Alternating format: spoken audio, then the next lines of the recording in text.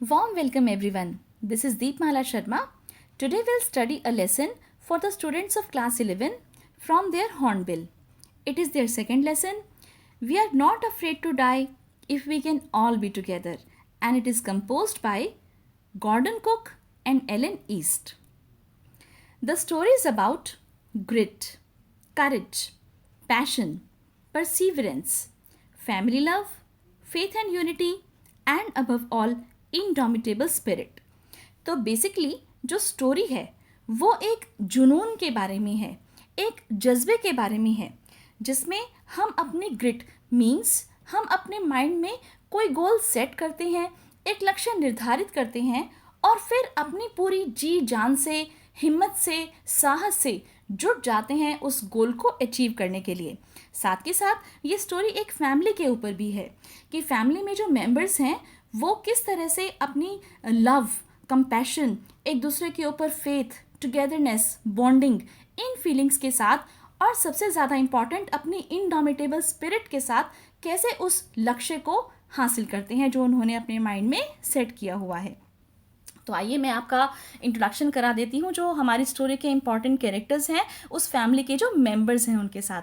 First of all we have narrator who is a 37 years old businessman, then his wife Mary, then he has a son whose name is Jonathan and he is 6 years old, his daughter whose name is Suzanne, she is 7 years old. Then we have two crewmen in this story, American Larry Wiesel and Swiss Herb Seigler. Actually crewman होते हैं ऐसे लोग जो ship पर काम करते हैं। तो वो स्टोरी में आपको फर्दर पता चलेगा कि किस तरह से शिप और समुद्री यात्रा के ऊपर बेस्ड है ये स्टोरी।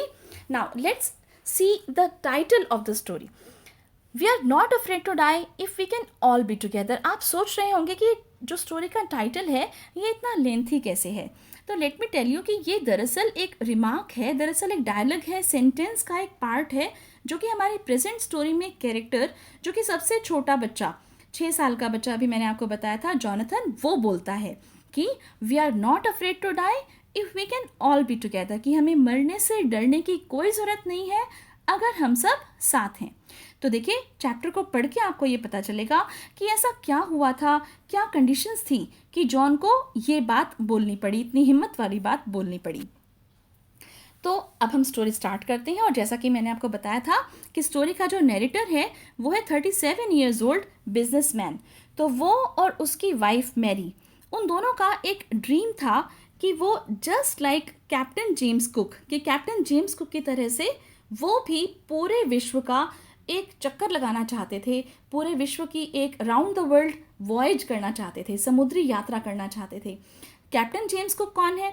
दरअसल कैप्टन जेम्स कुक जो हैं आप अपनी स्क्रीन पर देख सकते हैं, बहुत ही फेमस ब्रिटिश एक्सप्लोरर, नेविगेटर और कार्टोग्राफर थे। ओके उन्होंने जस्ट अब से 200 साल पहले, दरअसल जो ये स्टोरी है ये सेट है 1976 के ईयर में, तो इससे जस्ट 200 साल पहले कैप्टन जेम्स कुक ने पूरे विश्व का एक चक्कर लगाया था। और ये जो पूरी वॉयज है समुद्री यात्रा के थ्रू उन्होंने ऐसा किया था, ये समुद्री यात्रा उन्होंने एक बार नहीं बल्कि 3 बार की थी। तो वो क्या थे? वो ब्रिटिश एक्सप्लोरर थे, मीन्स ब्रिटेन से थे और वो पूरे विश्व में घूमते रहते थे, नए नए देशों को डिस्कवर करते रहते थे, खोजते रहते थे। नेविगेटर मीन्स नाविक थे, समुद्री यात्रा के थ्रू वो ऐसा करते थे। कार्टोग्राफर क्योंकि वो ज्योग्राफी से संबंध रखते थे, दूसरे देशों को ढूंढना, उन्हें डिस्कवर करना और फिर उसके बाद उन्हें मैप पर लोकेट करना, ये काम था कैप्टन जेम्स कुक का। तो जो हमारे नैरेटर हैं वो भी just like captain James Cook और अपनी वाइफ के साथ उन्होंने ये डिसाइड किया कि भी हम उन्हीं की तरह से पूरे विश्व का एक चक्कर लगाएंगे, और किस तरह से वॉयज यानी समुद्री यात्रा के द्वारा। और इसलिए उन्होंने शुरुआत की जहाँ वो रहते थे इंग्लैंड में। इंग्लैंड में प्लाईमाउथ नाम की जगह है, आप मैप पर देख सकते हैं। तो प्लाईमाउथ से उन्होंने अपनी ये जो वॉयज है ये स्टार्ट की। लेकिन ये स्टार्ट करने से पहले उन्होंने अपनी जो सी फारिंग स्किल्स थी, मीन्स समुद्र पर यात्रा कैसे की जाए, ट्रेनिंग कैसे ली जाए, इसके बारे में उन्होंने अच्छे से सीखा। आप स्क्रीन पर देख सकते हो, ये फर्स्ट पैराग्राफ में गिवन है कि honing are sea faring skills. Okay honing are sea faring skills, इस फ्रेज का मतलब यही है कि improving their sea faring skills. उन्होंने अपनी सी फायरिंग स्किल्स को इम्प्रूव किया, अच्छे से सीखा कि किस तरह से समुद्र में रफेस्ट वेदर कंडीशंस में वो सर्वाइव कर सकते हैं। और एक और उन्होंने तैयारी की कि इसके लिए उन्होंने वेव वॉकर नाम की एक बोट बनाई। अब आप देखिए, कई बार एग्जाम में क्वेश्चन आ जाता है कि what did the narrator plan to do, कि नरेटर ने क्या प्लान किया था, क्या करना था उसने। तो ये आप बता सकते हो कि he wanted to duplicate round the world voyage made 200 years earlier by Captain James cook.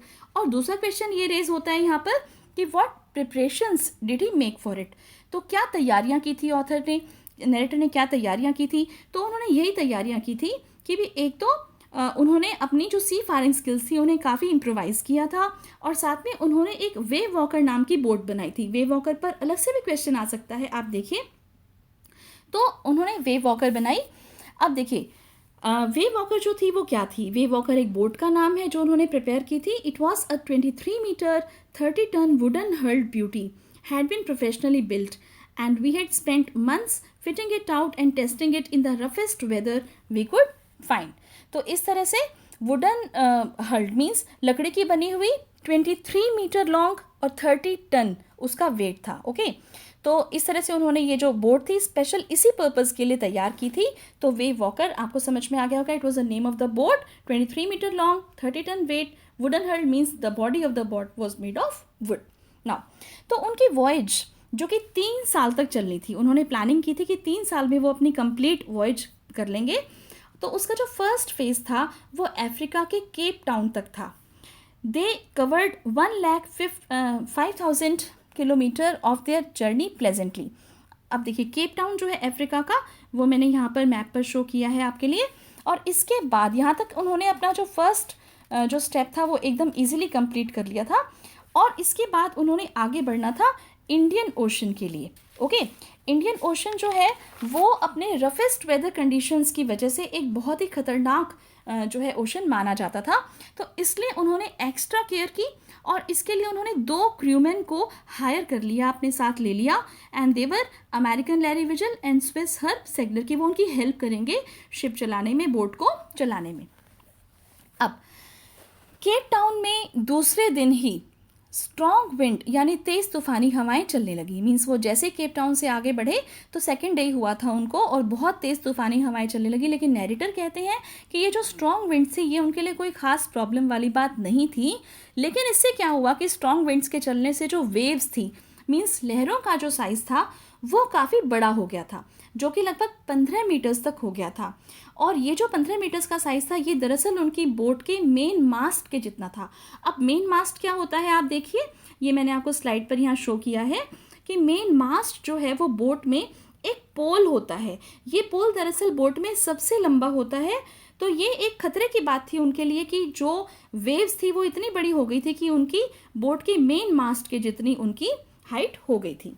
On December 25 वो केप टाउन से ईस्ट की ओर 3500 किलोमीटर्स आगे आ चुके थे। ओके, मौसम काफ़ी ख़राब था लेकिन फिर भी उन्होंने क्रिसमस अच्छे से सेलिब्रेट किया। 25 दिसंबर को आपको पता ही है क्रिसमस होता है। और फिर न्यू ईयर पर भी उनको ये लगा कि भी चलो न्यू ईयर आएगा तो क्या पता मौसम कुछ अच्छा हो जाए। लेकिन दुख की बात यह थी कि न्यू ईयर पर भी मौसम में कोई सुधार नहीं आया। 2 जनवरी को वेव्स और ज़्यादा बड़ी हो गई, चारों ओर बड़ी बड़ी लहरें आ रही थी। एक लहर आप ही मान लो कि इतनी बड़ी थी कि मानो अपने आप में एक समुद्र के बराबर बड़ी थी। ओके, तो उन्होंने अपनी लाइफ जैकेट्स वगैरह पहन ली और सभी अरेंजमेंट्स कर लिए।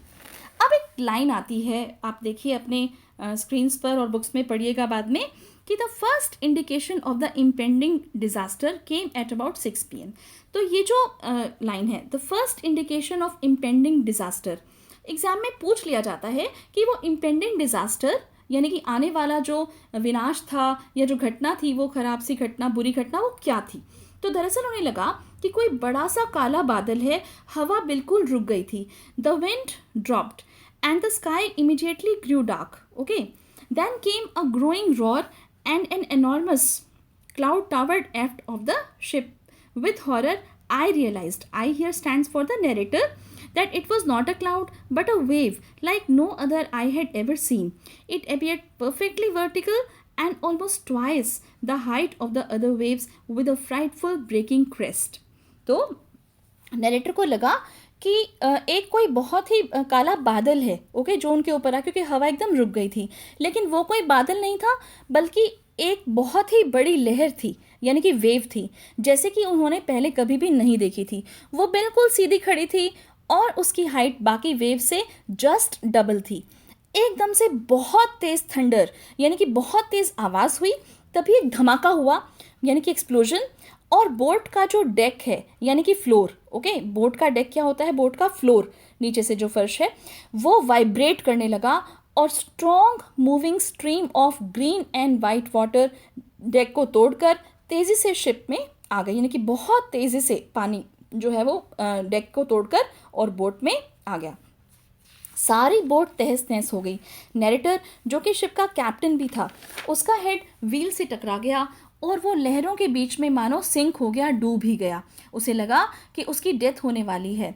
वो बेहोश होने ही वाला था, लेकिन तभी अचानक से उसका सिर पानी से बाहर निकल आया।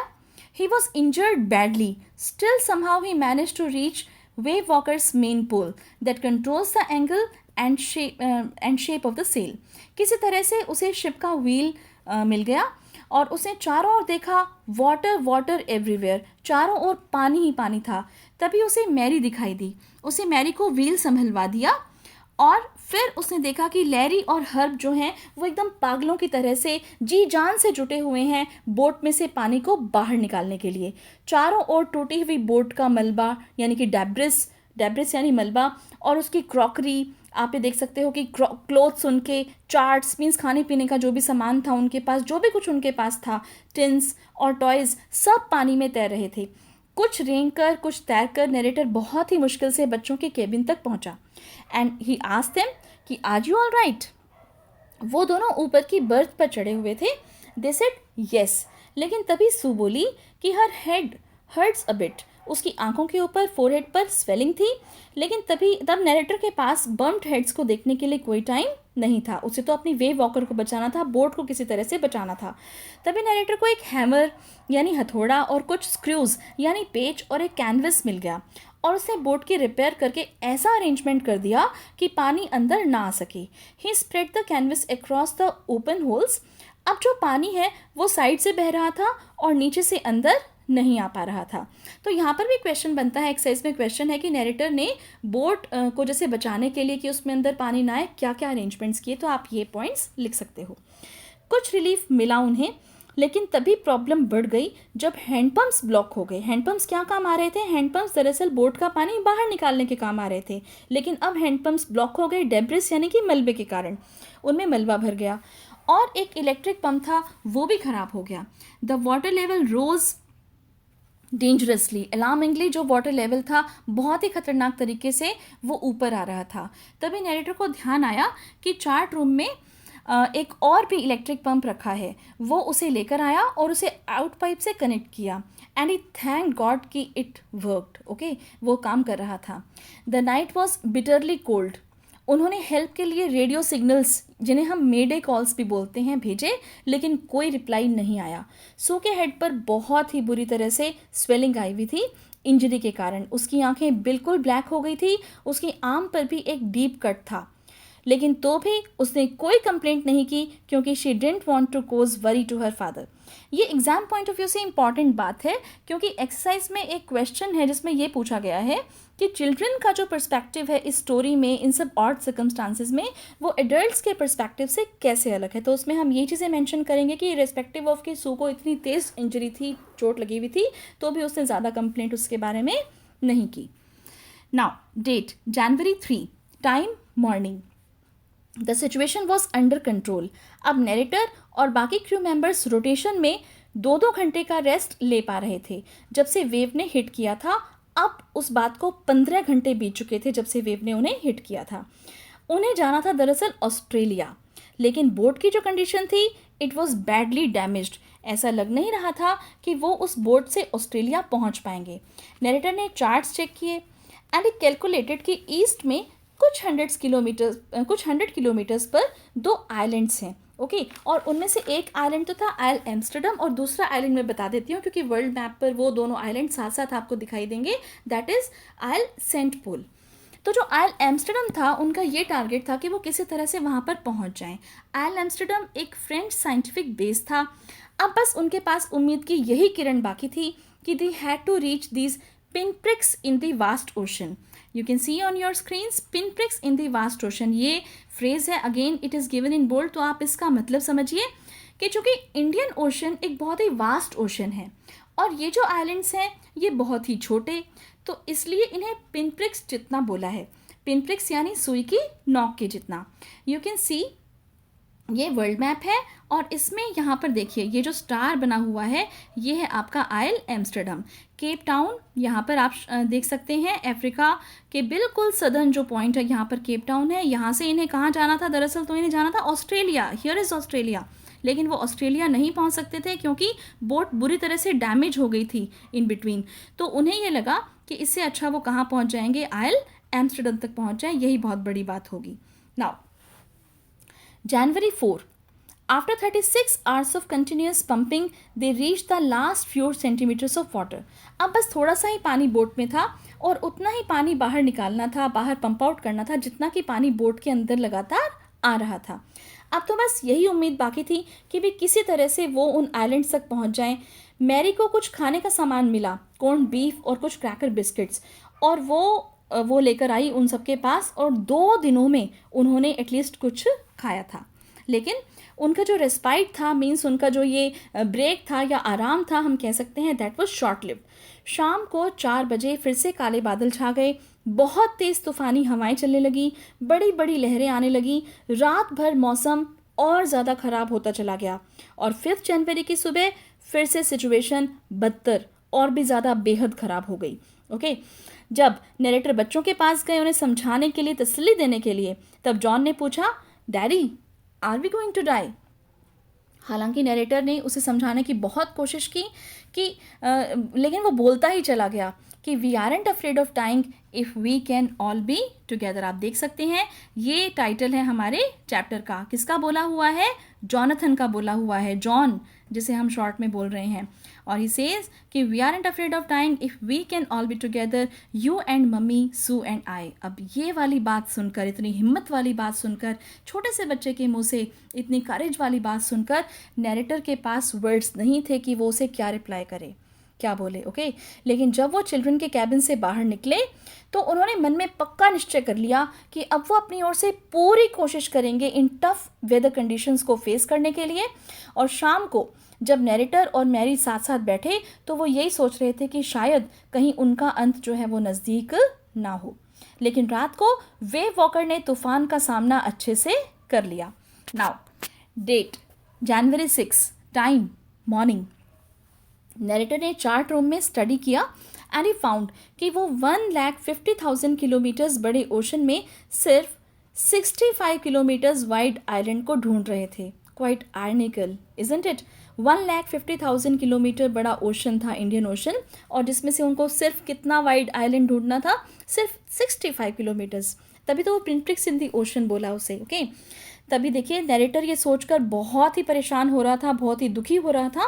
तभी सू उनके पास आई और उन्हें एक कार्ड दिया जिसमें उन्होंने अपने मदर और जिसमें सू ने अपने मदर और फादर के लिए लिखा था, I love you both and this card is to say thank you and let's hope for the best. आप देख सकते हो कि स्टोरी में बच्चे जो कि सिर्फ 6 या 7 साल के हैं उनका कितना पॉजिटिव और ऑप्टिमिस्टिक एटीट्यूड है और साथ के साथ अपने पेरेंट्स पर कितना विश्वास है। चलिए इसी के साथ स्टोरी को आगे बढ़ाते हैं।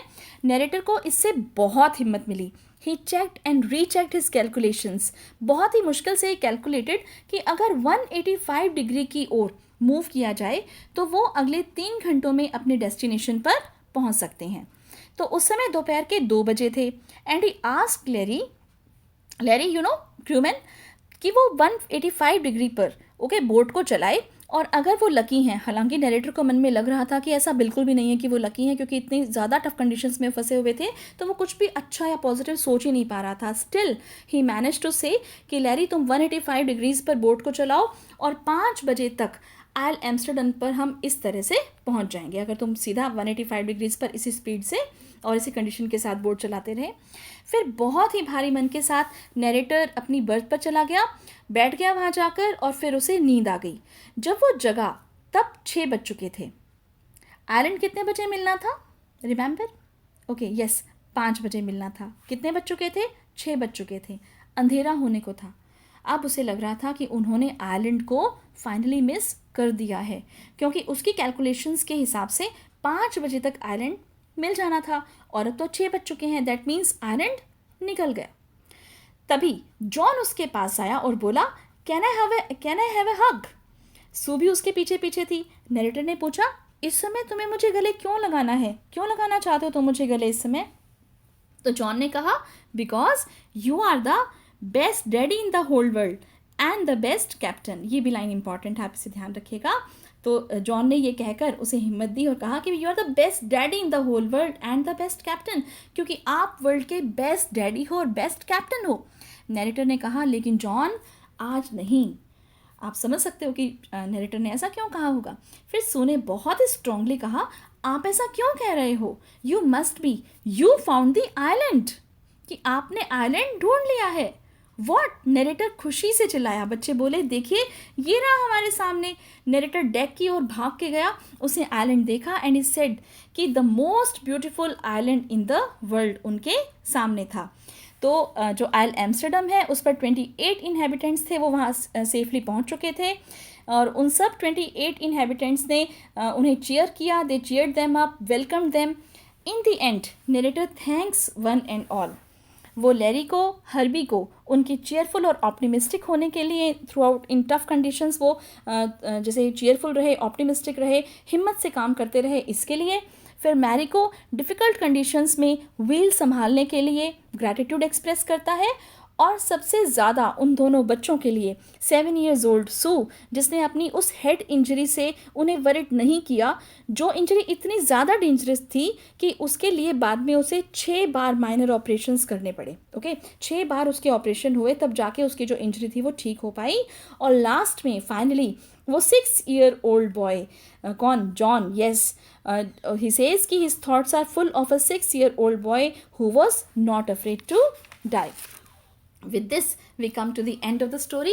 और थीम बेस्ड क्वेश्चन इस चैप्टर में से आ सकते हैं, फैक्चुअल क्वेश्चंस भी इस चैप्टर में से बनते हैं. मैं आपको बताती हूँ. देखिए सबसे पहले तो चैप्टर का theme, the story is about the determination and togetherness of a family that defied the odds and torturous weather to achieve a nearly impossible feat. Their courage and love for each other helped them survive fearsome storm and desperation to survive and finish the journey they set out to complete. तो ये मैंने आपको बताया ही था कि ये जो story है ये टुगेदरनेस के बारे में है, इंडोमिटेबल स्पिरिट के बारे में है, और स्ट्रॉन्ग डिटर्मिनेशन के बारे में है कि किस तरह से फैमिली के मेंबर्स ने टुगेदर रहकर एक दूसरे के ऊपर फेथ रख के इन डिफ़िकल्ट कंडीशंस को ओवरकम किया and finally they were able to survive. तो थीम बेस्ड क्वेश्चन ये बनता है. आप इसका स्क्रीनशॉट भी ले सकते हैं. और नेक्स्ट जो क्वेश्चन इंपॉर्टेंट है वो कैरेक्टर स्केच है नरेटर का. और नरेटर के कैरेक्टर स्केच में कुछ पॉइंट्स मैंने आपको दिए हैं जो चैप्टर की एक्सप्लेनेशन है, उसमें से आप और भी ज़्यादा इसमें फैक्ट्स ऐड कर सकते हैं चाहें तो. Narrator's son Jonathan called his father the best daddy and the best captain in the whole world. The narrator indeed deserved this praise. He proved as a great captain and father during the challenging and trying times after the irreparable damage done to Way Walker by keeping his composure and wits. It won't be wrong to say that the all lives on the boat could be saved just because of his seafaring skills. He was really a great captain whose timely decisions helped them survive through the stormy ordeal. आप चाहें तो इसका भी screenshot ले सकते हैं. और इसके अलावा जो एक्सरसाइज क्वेश्चंस हैं उन्हें मैंने स्टोरी के साथ साथ डिस्कस किया था time to time. It was all about we are not afraid to die if we can all be together. Thank you so much for watching and please like my video and subscribe to my channel for more such informative videos. Thank you so much.